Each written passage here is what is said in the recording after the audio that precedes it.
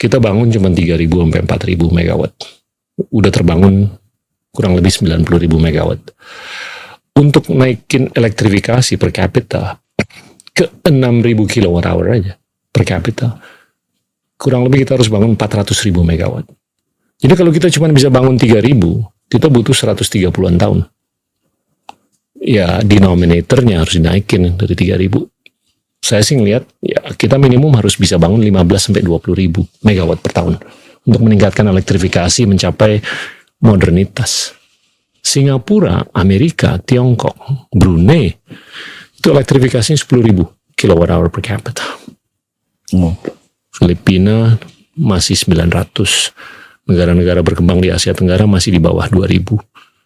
Nah itu gimana tuh? Kalau saya lihat kan elektrifikasi adalah salah satu indikator dari apa yang terjadi, dan itu bukan target sebetulnya untuk saya. Siap. Yang penting adalah saya ciptakan demand yang cukup, di mana dari masyarakat yang semakin kaya yang bisa bayar elektrifikasi itu. Jadi kalau kita ngomong ke PLN sekarang, mereka selalu bilang mereka over capacity loh.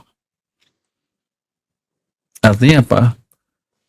Ya mau didorong juga nggak ada yang beli kira-kira gitu, karena kemampuan masyarakat kita sebagian besar belum cukup, karena kita kelamaan tumbuh di kisaran 5%.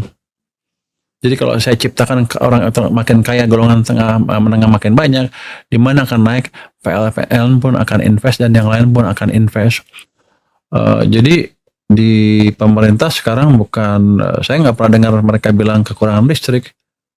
Mereka sedang mencari supply listrik yang sumber tenaga yang baru, yang lebih sustainable dan lebih hijau kelihatannya. Yang mereka bilang bisa melistriki seluruh desa di Indonesia. Ada plan investasi sebesar $70 miliar untuk 100 gigawatt power plant dari tenaga surya. Tapi saya nggak tahu itu masih akan jalan waktu kapan. Sepertinya dalam waktu dekat sudah dihitung oleh Menteri SDM. Saya pikir rencana yang bagus asal teknologinya betul-betul teruji dengan baik. Tapi bukan itu masalahnya, bisa bayar nggak orangnya? Di situ kan. Sekarang aja sebagian besar banyak sekali yang disubsidi oleh pemerintah. Apakah berarti kita harus mensubsidi semua tadi? Kan boros juga, pemerintah juga nggak kuat kan pasti.